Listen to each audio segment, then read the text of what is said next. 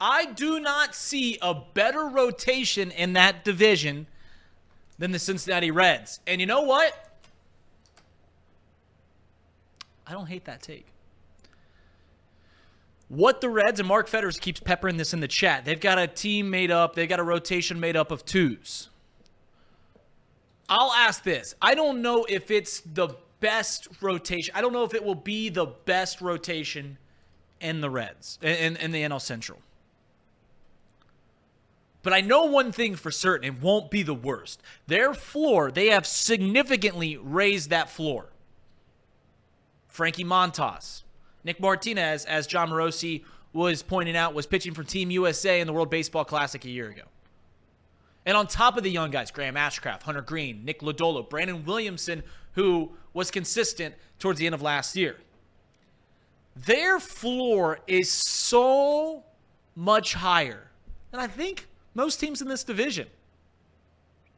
Now, I think other teams in the division, the Brewers, I know Sonny Gray with the with the Cardinals is a little banged up, so we might see him miss a little bit.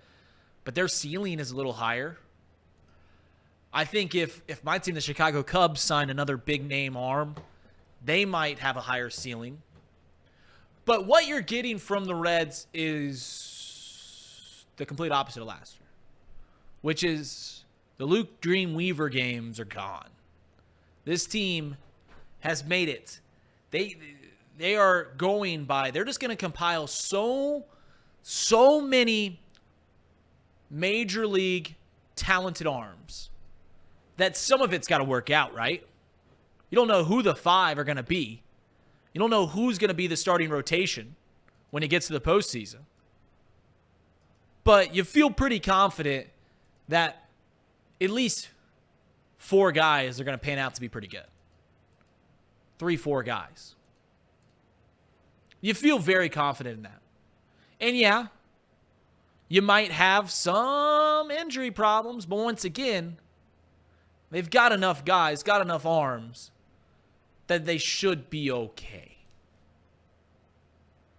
The floor is so high for that rotation.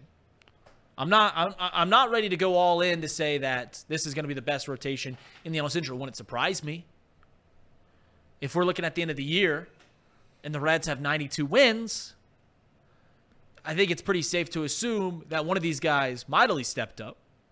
A Hunter Green. Frankie Montas going back to all-star form. You might even get a guy like Nick Lodolo, which a lot of people are selling their stock on Nick Lodolo. I wouldn't do that yet. But this team, and shout out to Crawl, get crawled, right? Shout out to him for compiling so many arms, so much talent, that even with what everyone assumes is going to happen, that some of the young guys are going to take a step back that played well, that not all the young guys are going to pan out. Shout out to the Reds for at least going, hey, we're gonna cast a big net. Not everyone can stink. When you got so much young talent, you put yourself in an incredible position. Casey, I know you're not a baseball guy, and I'm not gonna throw you completely under the bus. Yeah. But from the outside perspective, because this is 2 outside perspectives, right? I know baseball, but I'm a Cubs fan. Casey, new to baseball. In fact, I don't know if I told you guys this, but we went on a meeting last week. Have I told them we went on a meeting last week, and he was calling referees, or he's calling umpires referees and officials. God love you, Casey. I love you to death. But that was funny.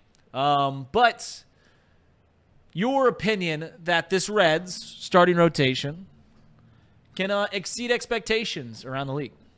Can exceed expectations. Well, the expectations are that these guys stay healthier, I think. That's the expectation. And if they stay healthier, I think that means that they naturally do better than what they were last year.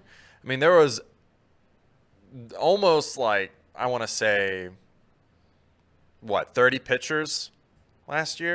A lot. There's a lot. They had the Reds had an unnatural amount of injuries last year. You can't expect that to persist. Right. And so the expectation to me, like they have prepared for the worst is what it feels like. Unlike years past, they are officially ready in case one of their starting guys goes down. And I think that's very smart of them. I think that's a good move. I think that they have good floors at the moment. Their floor is very high. Now, it's baseball, and anything can happen, it feels like, in terms of injuries. They're more fluky than they are in other sports, in my opinion. It feels like you can just have a really bad pitch, and all of a sudden you're blowing out your what is it, your UCL, your elbow or whatever. Yeah. So for me, I think they've done a good job at preparing for that scenario. I don't know if it's going to go above and beyond average, though. Like, I don't think it's going to be some world-beating pitching staff. And that's where I want to say is, like, there's besides Hunter Green, I know people say Frankie Montas. Trey said this guy could be getting votes for the Cy Young. I don't think that. Maybe a guy like God, I have so much faith in Nick Lodolo, and it's maybe I'm the only guy that does. But Hunter Green, Nick Lodolo, those guys can actually, figure it out enough to be considered one of the top arms in the league, and can be shut down guys. Other guys in the division, other playoff teams, they have guys there. The Cubs had Justin Steele, who I think finished 4th in Cy Young voting last year. He was a favorite to win the Cy Young in the last month, obviously imploded. But you got Sonny Gray for the Cardinals. You've got Brandon Woodruff for the Brewers. You've got Mitch Keller. The Pirates' rotation's pretty stinky.